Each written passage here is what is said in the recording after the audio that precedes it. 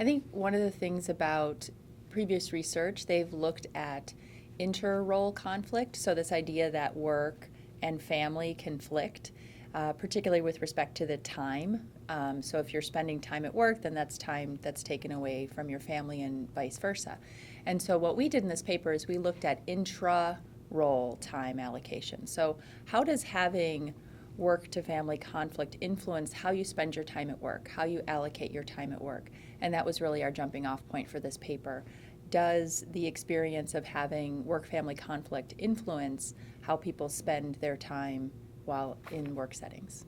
So what we found was that people with high levels of work-family conflict, so people that felt like work was really interfering with their ability to, perform their family responsibilities, had a harder time allocating their time at work to more long-term goals and achieving their time allocation goals in general. So we asked people, how would you like to spend your time at work? And we called those their work preferences. And we found that people got very misaligned with those when they were experiencing high levels of work-family conflict.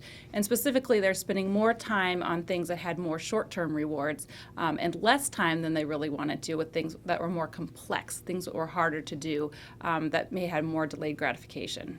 People who have greater discrepancy in our study had lower work satisfaction. They had lower psychological well-being. They had lower physical well-being. There were also implications for salary.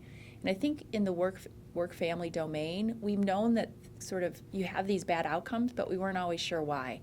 And so this process of time allocation and self-discrepancy resulting from time allocation tells us something about why that might be. We can very, very easily get knocked off our preferences, and at the end of the day, week, month, year, look back and say, hey, I didn't do what I wanted to do, and now I don't like my job, I feel less happy, maybe I've had less career success. You need to be more intentional about blocking time for certain activities and then holding true to that time and not letting emails get in the way or things that might be more easily accomplished, but really, taking the time that you need to achieve your preferences. People like work. People like getting things done. People like accomplishing their tasks, but sometimes they're just working on the wrong things that are more short-term, aren't as challenging, aren't as complex.